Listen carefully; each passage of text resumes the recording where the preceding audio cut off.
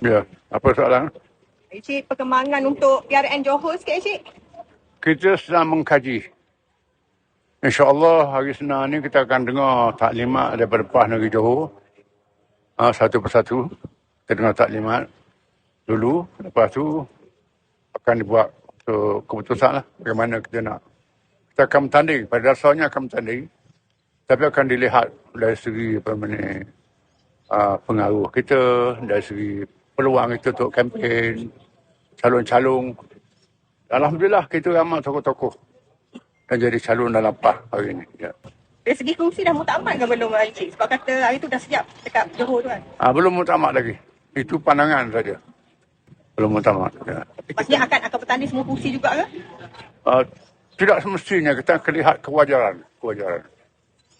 Kita akan bertanding mungkin atas sakit PN ataupun PAS akan bergerak secara... Itu akan dikaji lagi. Akan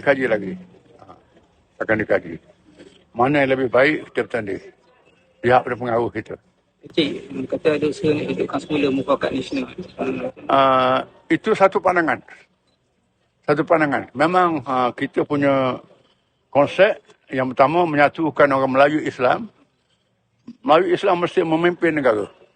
Yang kedua, wajib mengambil kira masyarakat majmuk bukan Islam. Tak boleh ditinggalkan, dipinggirkan. Apa pertimbangan lain untuk menjayakan mufakat nasional itu? Antaranya ialah kita mengajak bukan saja parti-parti Melayu Islam, termasuklah NGO-NGO Islam. Masuk kalangan-kalangan berpengaruh dalam masyarakat Islam. Itu dia ambil kira semua.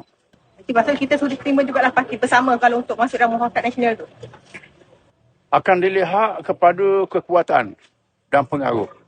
Dan kita kesedar bahawa di sana ada kawasan yang kita menang majoriti tipis. Boleh menang 2 undi pun ada. Pernah berlaku.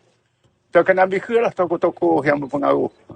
Encik kata malam tadi ada pertemuan antara pemimpin PAS dengan UMNO. Betul ke, Encik? Pertemuan biasa. Kita jumpa belaka. Orang nak jumpa kita jumpa. Betul lah, Encik, ada. Dia maklum pada saya ada perjumpaan. Ayah tak terlibat sekali malam? Ya? Ayah tak terlibat sekali Saya tak malam? terlibat. Dia maklum mengambil saya. Dia maklumkan. Okey. Ya. Cik, yang Negeri Sembilan sikit pun dah berbuat kuasa hari ni berbagai tu. InsyaAllah kita tunggu dan lihat. Dan kita akan bertanding Negeri Sembilan. Dan kita dah menang 3 kerusi Negeri Sembilan. Mungkin akan tambah. Dan akan tambah lagi kerana di sana terdapat banyak kerusi yang majoriti tipis. Lebih kurang pada 1,000. Banyak.